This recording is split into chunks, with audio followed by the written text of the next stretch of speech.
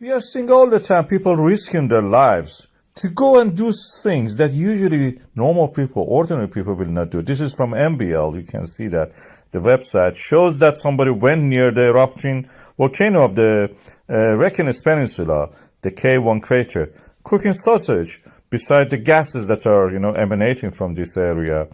We have our latest news about this from the Indonesia. A woman fell into a crater.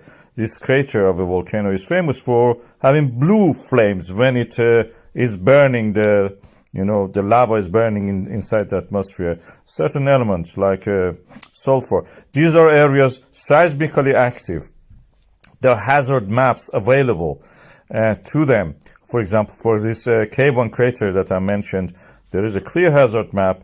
People are not allowed near it, yet despite that, they go there.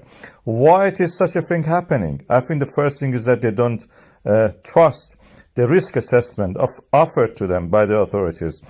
There is a lack of respect for authority, I should say. And there can be many reasons for this. One of them is that politicians, if they lie, they are not accountable, it seems. So they gradually erode away the confidence that the public may have in them.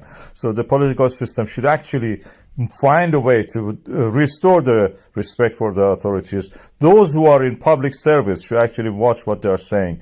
At the same time, people should value their life. If you get injured or anything, you should remember that you will live with that. You will not die probably immediately. And also you will be a problem for others around you. This is what the people many of them actually don't realize that. At the same time, when it comes to issues of compensation and insurance, they must remember that when a risk assessment is published and that is available to people, risk assessment means that the responsibility is with you. If that risk assessment that was accessible to you, you are responsible for your own decisions. And if you do that, and if you get harmed, unfortunately, people get harmed, you are responsible for that. And you have to live with that for the rest of your life if you survive.